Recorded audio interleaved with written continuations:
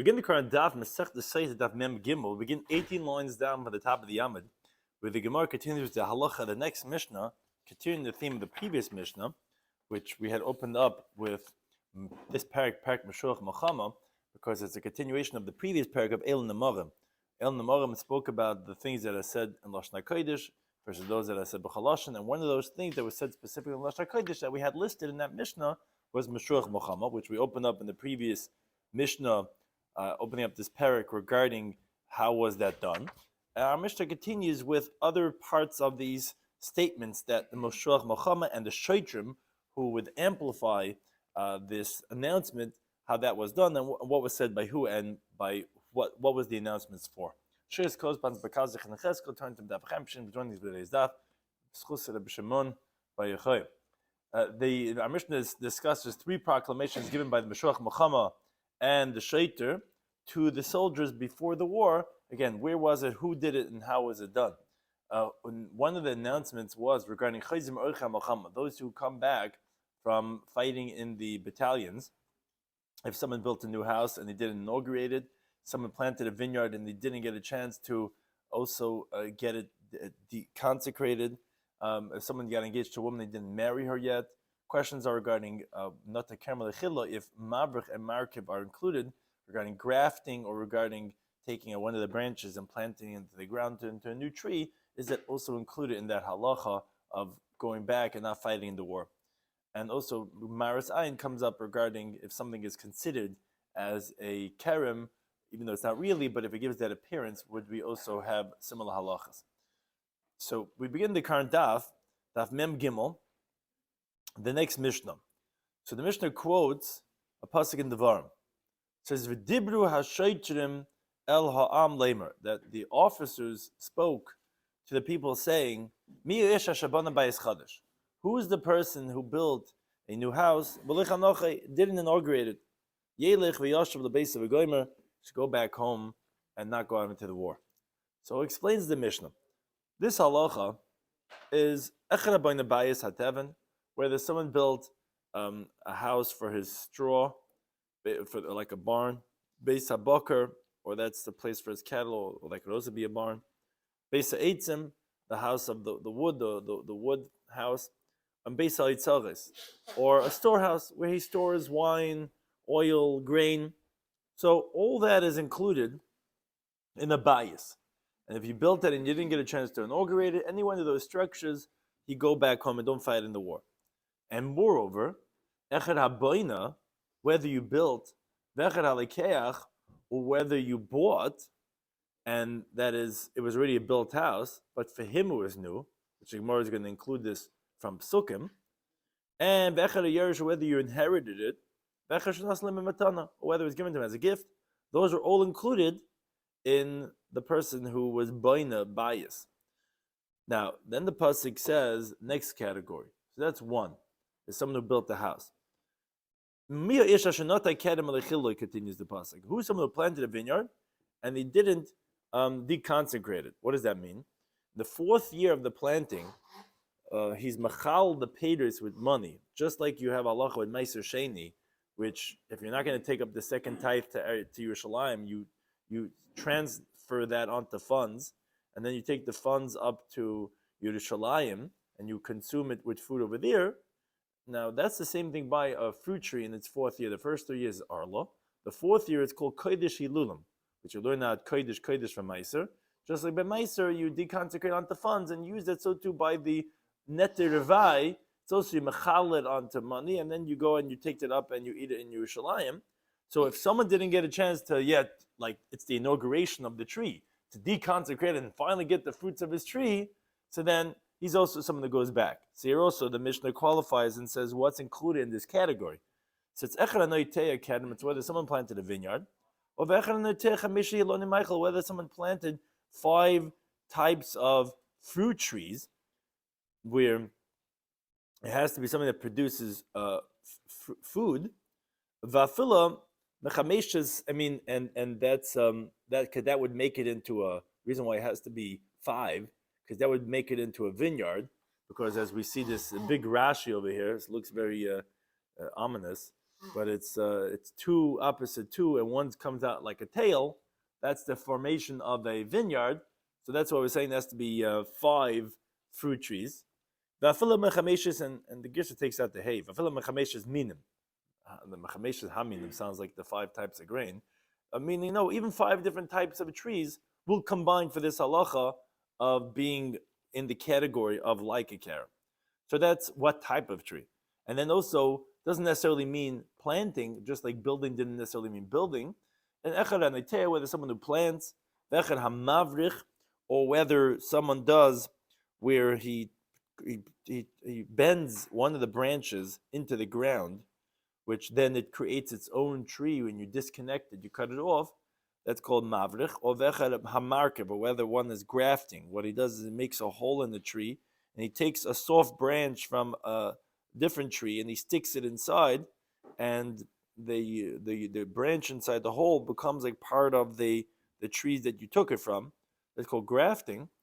So that's also included. Whether someone bought the tree, whether someone inherited the tree, whether it was given to him as a gift. These are all included. So again, we see so far the 2 categories we spoke about. Building doesn't necessarily mean building. Planting doesn't mean planting. That's the first. And then the second half about, well, a vineyard, not necessarily a vineyard, and a house, not necessarily a house. These are larger categories for even, let's say, barn, or for, let's say, 5 types of different trees. But again, that's the general category, and then it includes even other things too. Now, the next category is also when it talks about miu isha she'eres isha v'goymer. So this is someone who got engaged to a woman, etc. So our Mishnah also says here also, whether someone got engaged to a virgin, whether someone got engaged to a widow, even if she's waiting for yibum.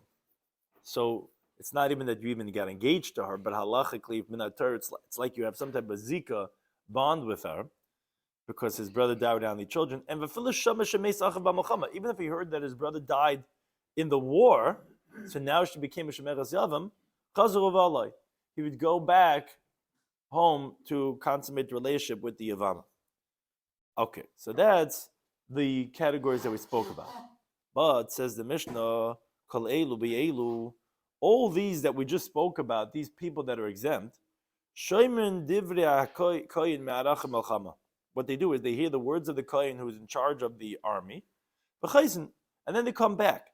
So someone asked yes, they say, what's the point of them doing that? We know that they don't go, just don't go. No, because then then they have to provide the water and the food, they have to fix the roads.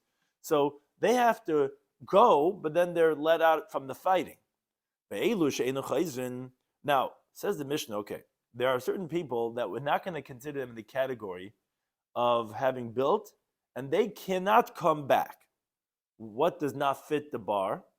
If someone built a gatehouse, which is by the gates, they make a house for like the shomer, for the guard, or achsadra, which is like a little hallway in front of the houses, or a mepeset, which is by the upper stories, they would make like an opening for them all, like essentially a porch, which would come up and down through a ladder, through this merpeset to the chatzar. Remember, once I gave a shia online, someone sent me, he said, no, you said it wrong. It's not mirpeset, marpeset. I can't remember anymore, but people are very much like this. I don't know if it's mirpeset or marpeset. It's not critical. Well, not critical. Okay. Shkayach, appreciate that. I thought so too, but some people do feel like that. So, mirpeset, whatever it is, al-kapanim, so these are not included in the category of building a structure that allows you, that's so important for you to go back and inaugurate it. So to the next category regarding planting a tree, what's also not included over there is haneitea arba iloni meichel. If someone planted 4 fruit trees, or b'chamisha ilon nisrak, or 5 barren trees, which they don't produce any fruit, for example, sycamore or cedar trees, those would not qualify for this exemption from the fighting in the war. Now, regarding the next category, the one who got engaged, so hamachzer as gurushase. Someone takes back the woman he divorced and he got engaged to her, he does not go back because it's not new to him. The pasuk was particular about a new wife. It says kikach ish isha chadasha, a naya fro. So if you're renewing your vows, that's definitely not going to work. And even if you're marrying the divorcee, that wouldn't qualify. So to almana, if let's say there's a widow who got engaged l'kohen gadol, to a high priest, or gurusha b'chalitza kohen hedjed, these are all forbidden relationships. A woman who was divorced or had chalitza dantar to a kohen hedjed, a regular kohen, umamzeres nesin liyisrael, an illegitimate woman, meaning her parents were in sin, married, or in the sin from the Gevinim to a Jewish man, or the other way, Bas Yisrael, a Jewish woman, Lamamzev Lanasin, Lo Hayachayzer. So they wouldn't be able to go back because of her, because they're excluded from the pasuk that says V'loy Lakacha. If a man got engaged and he didn't marry her yet, what's Lakacha is a miyat to say, oh, why didn't say V'loy Lakach? Because it's not stam that you didn't marry this woman, because certain women are exempt, meaning are excluded from the exemption, that of a marriage in sin, like a Amon L'Kan Godla and all these other ones. He says, adding on to the categorization of what we spoke about, he says, Afa b'nei bayis al-machaynai.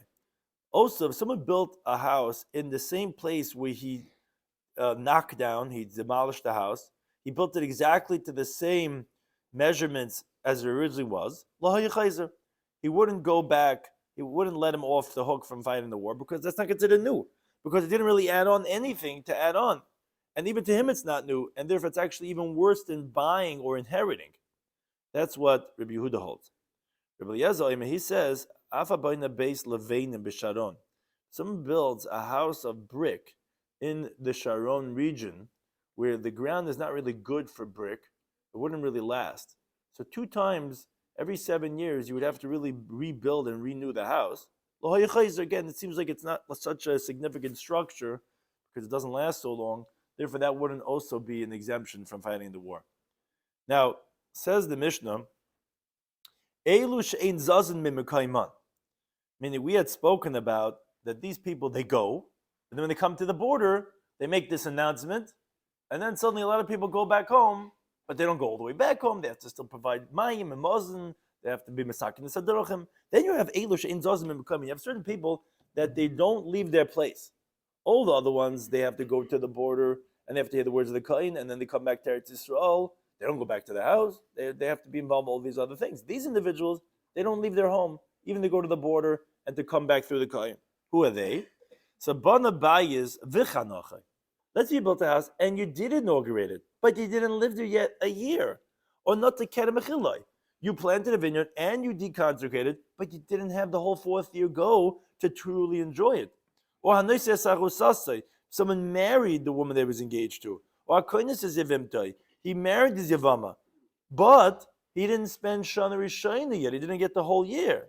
Like it says the pasuk in the bottom, Naki Yiya Lebeisai.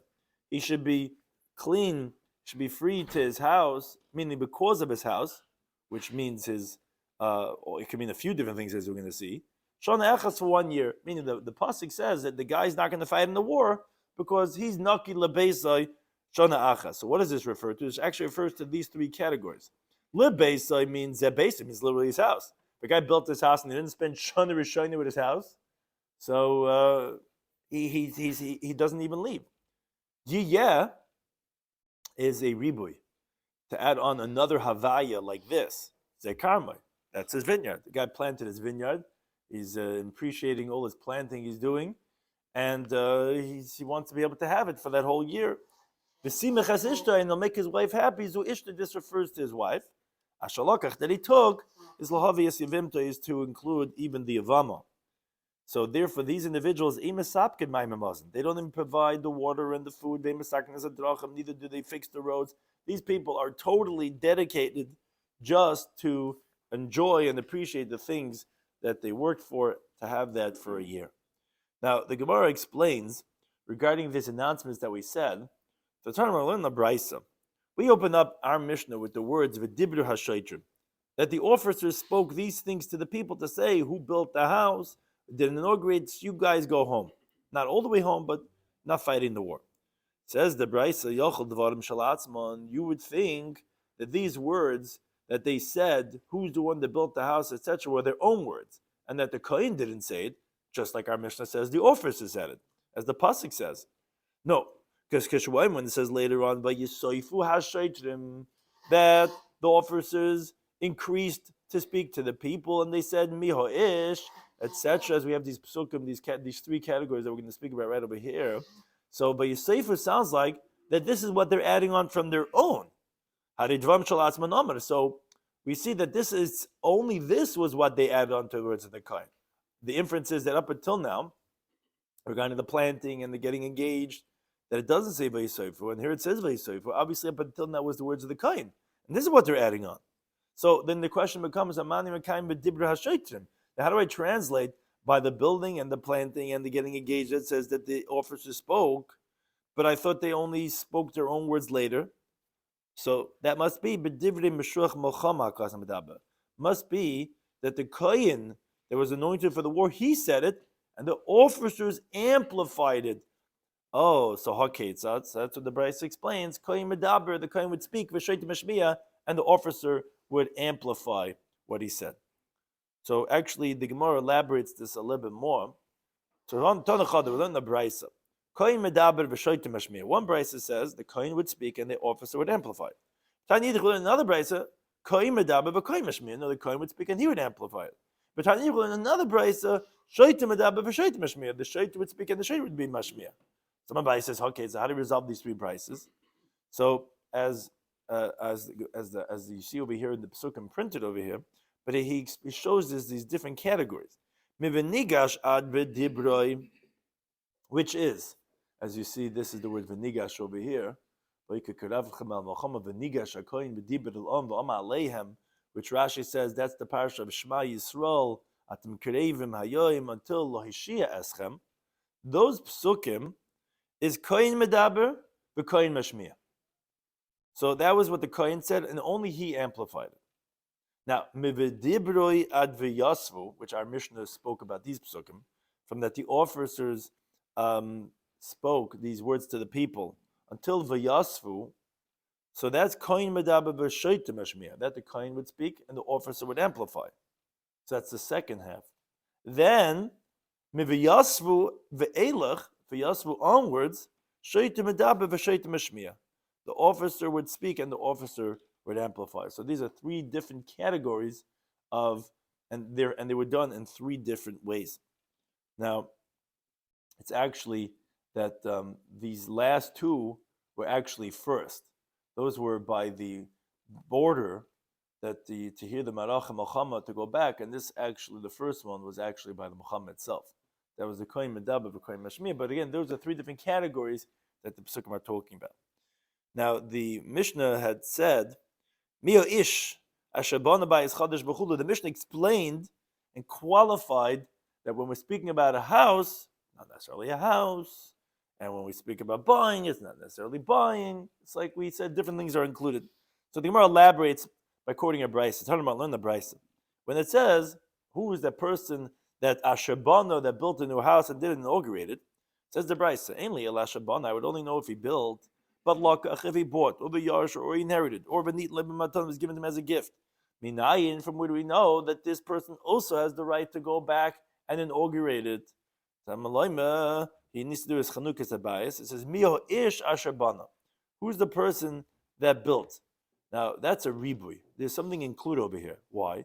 Because you could have written, Mi ashabana. What's miho ish ashabana? The extra word ish is including other people too. People that didn't even actually build it are also able to go back. Now, when it says bias, house, okay, in Leila bias, I would only know that refers to a house. Minayin, Ladabois, from where do I know to include that Beis HaTeven includes even where you put the straw, or Beis HaBaka, where you put the animals, the Beis HaEtzim, where you put the wood, or Beis HaEtzim, where you store things. Tamalema, it says in the pasuk Asher Bana, which the fact that it doesn't say Asher Bayis Bana, it says Ashabana Bayis. So therefore, we darshan, Bana is Mikal Makim. And we do this many places. Because you could have written, and possibly it should have been written, Asher Bayis Bana. When we do Bana, it's like, okay, so then it's just Asher Bana, whatever you built. And then you're qualifying this bias. So that's what we're actually going to say. We're not including every type of house. Just that keep in mind, it just means it's not on the front line. Yeah. Yeah, which is huge, because one of the reasons why we don't have him fight is because the agmas nefesh that a person will have if he's dying, never being able to inaugurate his house and his vineyard and this marriage. Every guy's been married already. He's trying, he had it already, right? But this is like, yeah. So what we're saying when including Ashabana is Mekamakim, any type of building. Now, if you're saying Ashabana before the word bias, and you're saying, okay, Yochel Shani Marba, I would think, okay, let's include everything. Let's throw in everything. Bias Chadash. Why not? Rabbi's Chodesh. Why not? Yeah, Isha Chadasha. Right. Yeah, Isha Chadasha. Everything new is always. I would assume that the second Kerem also would be a Kerem, right? Yeah. So it says, Ava Boin, you would think that Ava Boin the Beishar, that even if someone builds a gatehouse, which is a house that's by the entryway of the gate of the courtyard, which that's where the guard, like is like gets some shade over there from the opening. You would think you include that achsadra, this type of portico, merpeset, and the porch. Tamalema, no, it says bias. The next word ashabona bias. Ma bias ador ladira, just like a bias is something that's fit for dwelling. Of color or ladira, whatever you're going to be including has to be fit for dwelling, which that excludes the beishar, achsadra, merpeset, which they're made for just walking through. It's not really appropriate to dwell in, so therefore that wouldn't be included in ashabana, because bias is excluding them. Listen, Yaakov, he disagrees on this whole drasha. He says that no, bias kamashmoy. Bias is only a home. All of the structures you're not going to go back for. Now,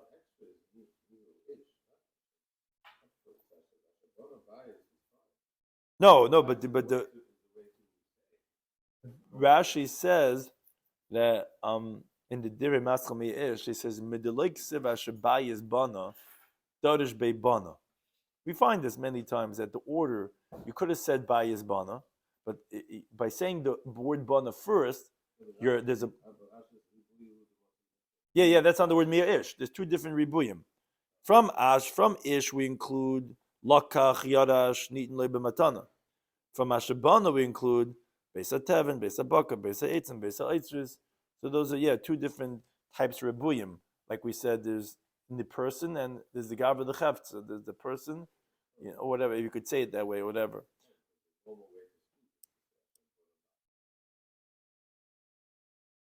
Could be, or Ashabayis Bana. Meaning, no, the word is there's the subject, and you could choose which one. Many times we find that idea because we picked one versus the other. Why are we saying the more general term? In this case, it's the action, the verb. Let's say ashabana bias before the noun to tell you, any ashabana, because when you're just reading the words, it's almost like AI.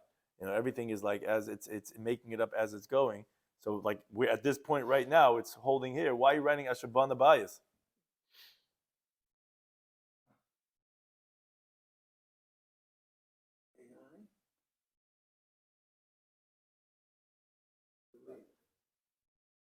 What? No, the concept about Asher. Okay. I take that back. Torah is not AI.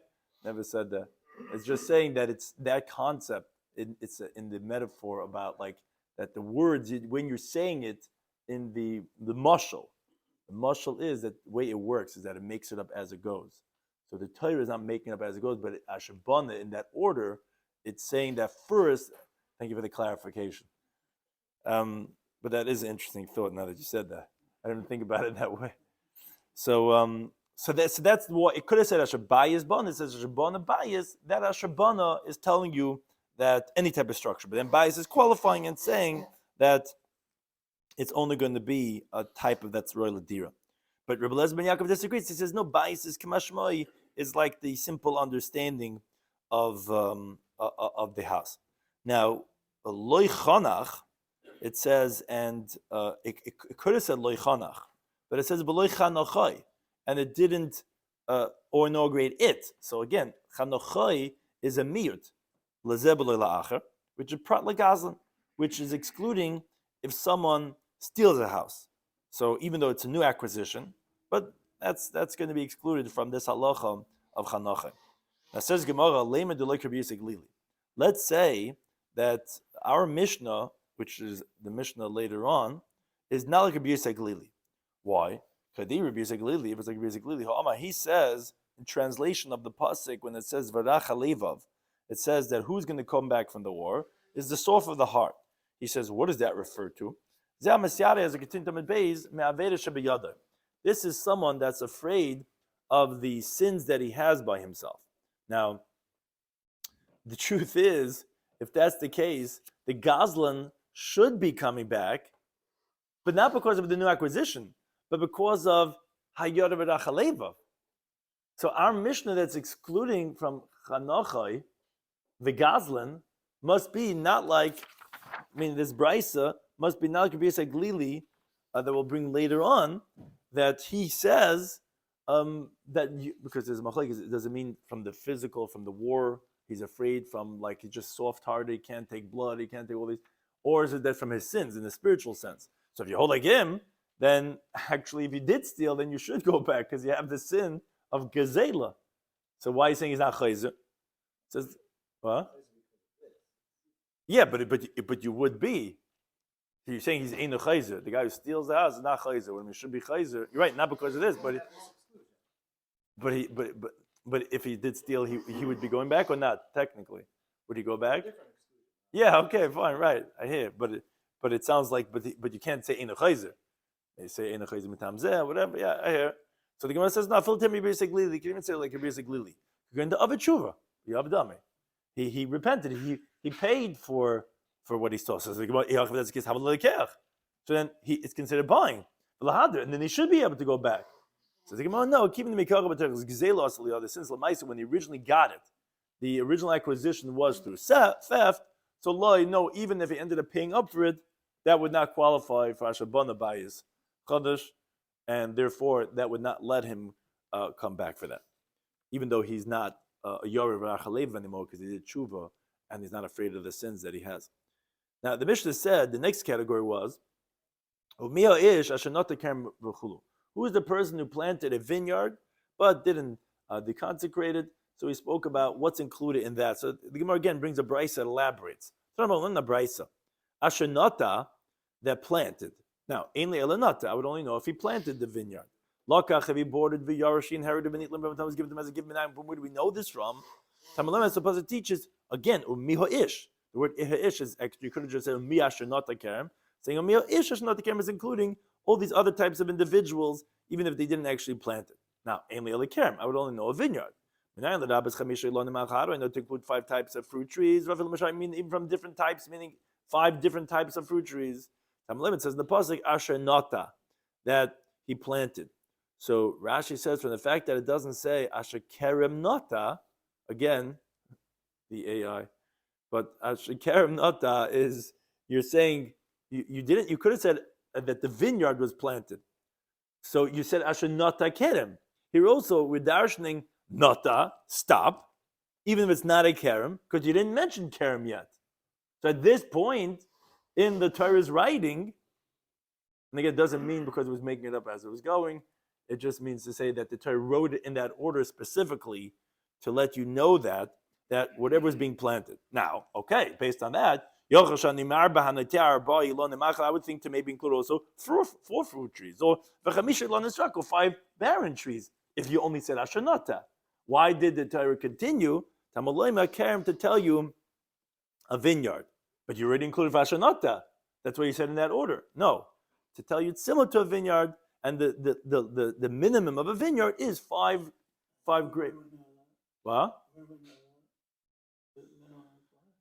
I'm trying to remember. I think it's a drasha somewhere.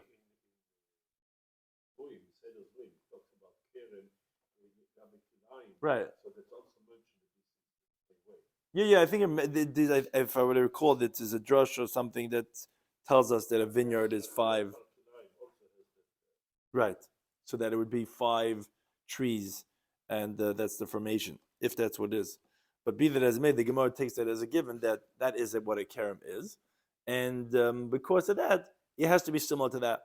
Now, here also he disagrees. He says no, kerem kamashmai.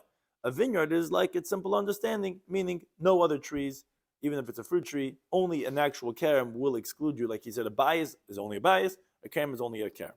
Now, here also when it says loy chilel v'loy chileloi, meaning it could have said, and you didn't deconsecrate. What you didn't deconsecrate, it sounds like a miyut that what's called lezeh v'loy la'achar. It's excluding something else. Prior, it's excluding that you're not going to come back lemavrich for someone that is doing where he bends a branch or one of the other parts of the tree into the ground. Well, lemarkiv, or if someone does grafting, where he makes a hole in the tree, like we said, and he takes one of the soft branches and he sticks it inside of the tree, and now that he makes it's like a branch coming out of the hole, which it's going to carry now fruits from that tree where you took it from by grafting it, that's not included in this halacha. Says Gemara, really? Well, that's not in our Mishnah. We said that these are included. We said echad haneitea. We said whether you're planting v'echad amavrich, whether you're replanting into the ground v'echad amarkeb, whether you're grafting, that it would exempt and you would come back. So on that, Amr Reb Zayda, Amr Reb Chizdi says, "Look, kasha, it's not a difficulty. Why not? Kan over here in the Braisa is barakavas iser. It's a prohibited grafting. 2 different species. Oh, that's the pasuk is excluding where it says, like we said by v'loy chanoche, by bias. We said you're not inaugurating it, which is meat. We said we're excluding gazlan. Here also, when we're saying v'loy chilalai, we're excluding also that of iser by a forbidden grafting. Kalayim. Kan in the Mishnah is barakavas heter, is a permitted grafting, which a Jew took from 2 different types of trees, but the same species, to graft, because one had thicker fruits and one had thinner fruits, that's permitted, and therefore that's where we're saying that grafting would be a new thing, which would take you back from the war. So the Gemara says, wait a second, Hai har kavas heter, this case that you're explaining is the halacha of the Mishnah, but permitted grafting. Hechidami, what's the case talking about that you're going to be coming back because of the deconsecration, right? The whole point of it is that you didn't deconsecrate and then you're coming back. But what is this actual case that would be relevant that you didn't deconsecrate the grafting, as the Gemara explains? If you think to say that it's one young tree and another young tree, meaning that even the one that's in the ground, that you're grafting the branch into it, is a sapling. It didn't yet reach the 4th year to be machalet, so you're not going to be coming back because of harkava, because even without harkava you would have to come back, because typically the first sapling that you're grafting into, that one you weren't machal that yet either. So that itself would be the reason why you would come back, not because of the yalda that you grafted into it. So El rather says the Gemara, no, you're talking about yalda bezekena. The tree that was there was an old tree, so that's something you've had fruits many years. You're grafting into it a soft branch which has not yet been in its 4th year. That is going to produce in that old tree. That would allow you to come back for that grafting. Problem is, says the Gemara, said the following halacha. Said Yalda shesivcha bezkena. If you take a young branch and you graft it into an old tree, but lo Yalda bezkena, the young branch gets nullified into the old tree. The Ein Badin Arla doesn't have halacha of Arla, and hence it wouldn't have the halacha of Revai either. Says Rashi, the Mishnah Masechtas Arla says that Markiv is chayiv in Arla. That's the other way around. That's if you take an old branch and you stick it into a young sapling tree, that even that branch would also be chayiv in Arla, even though you cut it off from an old tree, it becomes part of the young tree now, because that's what it's planted into. But when you take a young branch into an old tree, There is no such halacha of Arla and Ravai. So what's the case talking about? So Rabbi Yomi says, La'olam yalda b'yal. The truth is we're talking about where you're taking a young into a young tree. Then your question was, even without grafting, you would have to come back from fighting the war because the first original tree. No, we're talking about the natalach kamaisa, where you planted the original tree, lisyag, where, for example, let's say a guy had a breach in the walls of his field. So what he did was he planted a tree in the hole to plug it up. Or ulakaidos, he planted the tree because he wanted to chop it down to use for beams when they got bigger. That Namrul in the Mishnah Masechtas Arla that says, and I tell you, if someone planted a tree because he wants it to be a wall, or he wants it to be for beams, for firewood, put him in the Arla. It's exempt from Arla because it's not being planted for its fruits. Oh, so therefore the original tree, although it's a young tree, hence it's not being mavatal, the new branch that's coming into it, that is not going to qualify for a vai to be loichil because it's not for its fruits, and that's why it doesn't even have the Arla either. So Taz Gemara, wait a second, I don't understand the difference. What's the difference when you take an old tree and you plug in a young branch? Well, you said the main is the trunk, and that's going to nullify the new branch. So what's the difference over here? This first young tree is like an old tree regarding Arla, because it wasn't planted for its fruits. So that should also nullify when you're grafting into it to exempt from Arla like it, the young branch that's coming into it. Really, essentially, it's like an old tree. So why is it not mavatal, the new young branch? Says the Gemara, no, they're different. Hasam over there by the old tree, if you let you change your mind regarding it, lav bas mehadahud, there's nothing to change regarding it. You can't make it back a young tree, no matter how many thoughts you have. But over here, when you planted this original young tree for to plug up your fence, if you change your mind within the early years to maintain it for its fruits, bas mahadarhi, that's something that you could go back on. You could backtrack on that, and it'll be chayv and arla because now you want it for its fruits. So therefore, when you take a young tree and you graft into it a young branch for the purposes of eating by the new branch, it would be chayv and arla. Now, even though you didn't change your mind regarding the first original tree, but lamaisa, it is fit for its fruits, and thoughts would help because originally it does stand for its fruits, because that's the primary utility generally. If you would think about it, your thought would be effective. So even though when you planted it, it's not why you planted it, so therefore it would still have that quality and it would not be mavatal, the new young branch. It says the Gemara, this is very similar to that which comes up by itself, meaning when you planted it, you had no kavanah because it just grew by itself. The none, which we learned in Mishnah Masechtas Arla, it says, when they come up by themselves, chayavin ba'arla, they're obligated in arla. So you see that even if you didn't have intent for that, it would be chayiv. Yeah, if you're having explicit antagonistic intent, then it won't be. But since it's qualified, essentially, so therefore it's not given mavatal. And that's the case that we're talking about, that you're grafting, that you'll come back because of that. But then the Gemara asks, why do I have to find such a, what's called a deichik teretz, such a contrived, such a pushing answer, that you're saying that the original tree was planted for a barrier or for beams? Why can't you say you planted it for eating? But then your question was, so then it should be sufficient that you're coming back because the first tree. Why can't you answer, why can't you say he's talking about a vineyard that's owned by two partners? For example, meaning the original sapling was owned by Reuben, and Shimon is now grafting in his branch to be in his tree so that the grafted fruit should be his. That Reuben's tree is young, he's coming back for his. And Shimon's coming back for his. These are two different owners. Why do you have to give this deichik, this little syag and whatever, and if it's not really a tree that you will come back for? Yeah, that's his tree and that's his branch. So my Papa says, this tells us that when you have a vineyard of two partners, that wouldn't be good enough, and that wouldn't actually take you back from fighting the war. So the Gemara, really? Why is it different than 5 brothers, which is the brisa later on, Daf Memdala and Manalav, on the next Daf? If you have 5 brothers, one of them dies in the war. The halacha is the kulon chayzin. They all come back because his widow is a shemeres yavim for all of them. Well, there's 5 brothers, 1 woman, 2 partners, 1 vineyard. Well, why is it any different?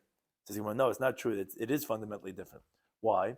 Because Hassam over there, Kol Chad V'Chad Kerine Be'ishta. Every one of those 5 brothers, we call this woman his wife because maybe the Yibum will be his and it will be totally his wife. But here, each and every one, you can't call it his vineyard that's designated for him because there is no grapevine that is not divided by the 2 of them. And therefore, it's actually stronger over there than it is over here. Now, the Gemara goes back to the question we asked, and Rav Nachman Yitzchak Amar, he says that when our Mishnah said, and not like the Brisa, that if you're grafting, you will come back from the war, is b'mavrich ilon b'yerek, where you grafted a tree into vegetables, where that would not make you come back because of the original thing, because it's a vegetable. Now, if you're going to say, wait a second, that's minj b'she'ein minoi, that's different species, now we already excluded from a prohibited grafting from v'loi chilaloi, which we excluded from mavrich and martiv. So how could you say that's the case that we're including? Says the Gemara, because v'haytanahu, the Tana of our Mishnah that says it's permitted, and that's the case that you're coming back for, is the following Tanya, the Tanya like Lunda Brisa. If someone grafts a tree into vegetables, Shimon Gamliel Mati says it's permitted. Mishum, and he says this in the name of Rabbi Yehuda ben Gamda, Ish Kfar Akoy, which that was the name of its town of Kfar Akoy. So he's the town of our Mishnah, holds you allowed to graft. They say it's forbidden, but Al Kapanim, Rav Nachman Yitzchak says that our Mishnah could be like Rav Shimon Gamliel, who holds that it's allowed to, and therefore that would be the case of Markiv that you would be coming back for. Now, another approach regarding the contradiction that we said, Kiasra of Dimi Amar B'yechon, it says, Hamani, says, who is this that we learned that is excluding in the Brisa Mavrich and Markiv? If you're grafting and you're bending over the branch, that's not stama. Rather, it's not anonymously to ask a contradiction. Rather, it's the end of the teaching of Rabbi Elazar ben Yaakov. Because Lo Yom Rabbi Elazar ben Yaakov, didn't he say Kedem when he says no, vineyards kamashmoy, has to be literally a vineyard. Sachanami also nota is kamashmoy. When you say planting, it means literally. Noitei in planting, yes. Mavrichu markev loy, but not grafting or bending the branch. We see he's a literalist in that way. And therefore, even a grafting of heter, you're not going to come back for. But again, but the baseline would be like our Mishnah that would say that you would come back for that. So that's another way of resolving the so to speak contradiction. It's not really like a stam tana that we ask in contradictions. It's like Rabbi Elazar ben Yaakov who holds literal in all these different concepts in this halacha. Similarly, the Gemara brings Kiyas Rabdimi that Amr Rabbi Yechon Mishum Elazar ben Yaakov. He says that Yalda Pechusa Mitefach. If you have, continue on this theme of these halachas of the Kerem, if you have a young tree that's smaller than a tefach, which is a very short height, and it's never going to go up until the height of a tefach, so it's obligated in Arla all its years rabbinically. Why? Because it looks like it's in its first year. And if someone sees that you're eating the fruits, he's going to say that Paris Arla are permitted. So therefore, rabbinically, they're always forbidden because of their low height. Now, says the Gemara, but when we say the shtaim keneged shtaim v'achas, it's a zon. If it's only if you have 2 opposite 2, which is 4, and you have 1 coming out as a tail, so that looks like a vineyard. Meaning, but it's the minimum. Abakule kerem, but if it's entire vineyard, kala islay, then the word gets out. Everyone says, "Oh, that guy has a very interesting vineyard." Totally different than old vineyards, and everyone knows that it's old. It's been around for a long time. Now, the reason why we say 2 opposite 2 and 1 coming out of the tail, because he holds like the one who says in Masechtas Brachas, Daf Lamed Hey and Aleph, that the Mishnah is kerem revai, because the halach of Arla does not apply by 1 sapling; it's only by a full kerem. It's kerem revai. So therefore, it's the problem would only be when it's 5 trees. But if it's less, then there wouldn't be a problem. But be that as it may, it's only when it's 5. But if you have to have a whole huge field of it, then that wouldn't, because everyone knows about it. It's only a small little thing, a small little patch, people don't know, then it's forbidden. Similarly, again, another teaching, Ki Asr Abdim Rabbi Yechon Mishum Rabbi Elazar ben Yaakov, he says, Meis Taifis Arba Amas L'Kriyishma. Again, it's because we're saying Ki Asr Abdimi, so these are all the teaching when Abdimi came. So a dead person grabs a hold, an area of 4 amas for kriyishma, meaning you're not allowed to say kriyishma in the dalat amas of a mess. Why? The Chassidus says the pasuk in Mishlei, lo yig l'rosh. Someone mocks the poor, meaning this guy was saying kriyishma and the dead cannot say kriyishma. Cheref ysehu. He embarrasses his maker. Another teaching, of Rabbi Yochanan Mishum Elazar ben Yaakov, he says, Churgasa, it's a stepdaughter, his wife's daughter, Hagedela ben Achen, that grew up amongst the brothers, meaning the sons of the husband from a different wife, Asur le nosel Achen, she's not allowed to marry the brothers. Why? Because the Meschazi kiachsayu, she appears like their sister, where someone who doesn't know the family that well sees that she's growing up in the same house with them, thinks it's their sister, and they're going to say that they married their sister, which is not really, but because of that concern of this maras ayin, so you're not allowed to marry that. But says Gemara Belohi, it's not really true, because Kala Isalim will say the word gets out. People know that this is from a different marriage, and therefore that wouldn't be a problem. Another teaching from Amr B'Yitzchok, Amr B'Yichnim, Shem Lezim Yaakov, it says, Leket Sheikh Opeya. You have the gleanings, that the stalks that fall down, which go to the poor, or the forgotten bundles, or the pay, the corn of the fields. Shason, that the pauper went and he made it begoirin, meaning he gathered all his bounty together in one pile, which is like a kri. So now actually hook for the meiser. Rabbinically, he has to take meiser from it right now, because whoever sees thinks this grew in his field. He sees this huge pile. Really, it's because what he gathered, and but rabbinically, it's like a marasayan. You would have to take off meiser now. However, Amar Uli says, we only said this if only he made this pile in the fields, where not everyone knows that he got a little bit here, a little bit here. They think that it grew over there. And they see this guy eating without taking meiser. Al Be'ir, but it was in the city. The word gets out. All his neighbors see him gathering a little bit here, a little bit here, a little bit here, and they know it's from Leket Shechapeya, and that's Pata from meiser. As the Brisa teaches in the Sefri, the Levi who gets the meiser, he gets meiser because he doesn't have a portion with you. That's only somebody who doesn't have a portion with you. Then he takes his meiser rishon. But like a chichapei, which he has a portion, because even poor Leviim, it's hefker for them all, like all other Ani Yisrael, and therefore that would not be qualified for meiser. And this, where the word gets out, his neighbors know about it. That would not be the problem about marasayim. Another teaching from Rabbi Yitzchok, Rabbi Yochanan Mishum Elazar ben Yaakov says, Yalda hapachusim mitefach. If you have a young sapling that's less than a height of a handbreadth, in Mekadesha says Azroim, does not make the seeds forbidden because of Kalai HaKerem, of the forbidden mixture in the vineyard, where it says over there, Tikdash Hamalaya Hazera, that it's whatever the fullness of what you're planting over there will make it forbidden.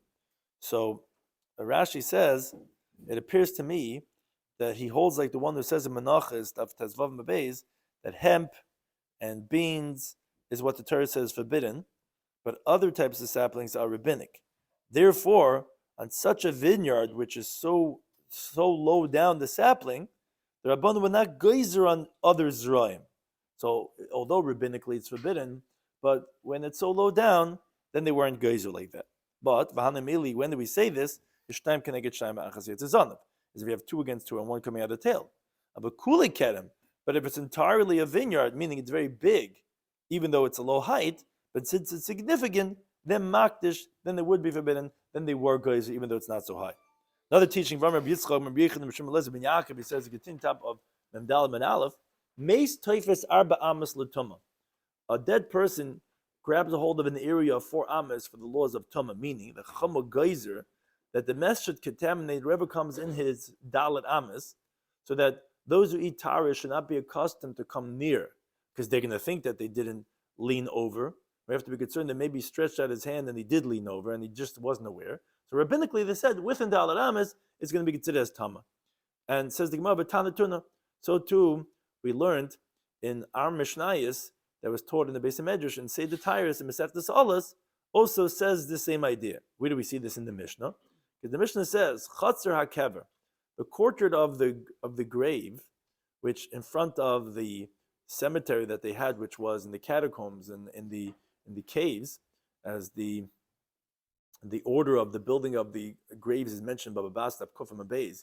They would make these very large caves of, really the Gira says 4 by 6, and they would dig into the walls all around these long catacombs, like the measurements of the dead, and they would stick them inside over there, like similar to what a morgue has, but like in the caves. Now the cave was covered with a board and a covering, and they made a pit that was wide on the side of the caves, which that would open up into the caves into that pit. Now that is by the wall of the caves, like there's like an opening. That pit is what we call the chatzar kever. I mean, that's how you get in. Is this big pit? It's called the courtyard of the grave.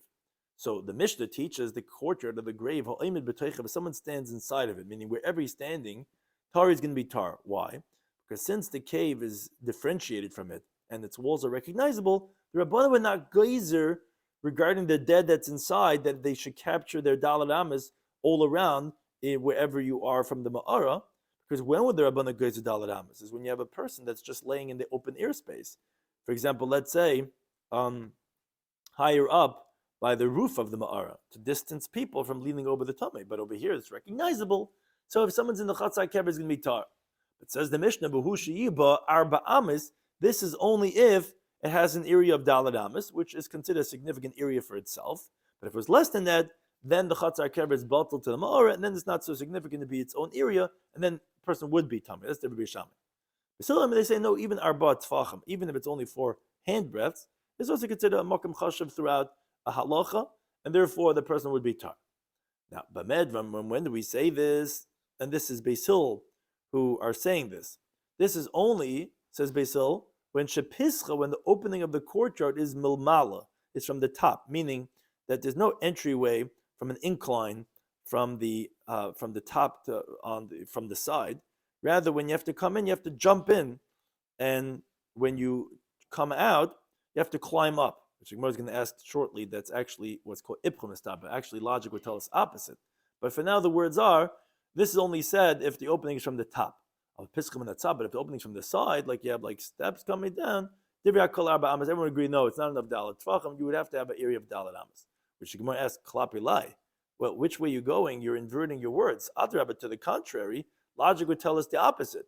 Min hatzad, when it's made for the courtyard, a steep, an incline to come out from the sides, you could say that since Rabbana were not geyser by daled amas, when you have recognizable walls, that's enough that this chatzar could have daled tfachim. Someone's standing inside of it is going to be tar because we have nothing to be metamehit.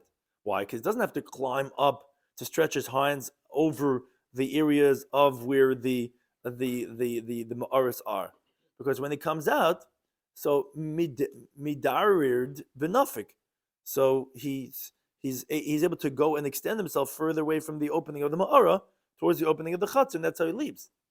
But milmala, if the opening's from the top, it's not possible he's not going to be leaning over, because since it's only daled tfachim, it's not possible that he's not going to stretch out his garment and to try to climb himself up, only if he's leaning over the halal of the Pesach, of the opening of the Ma'ara.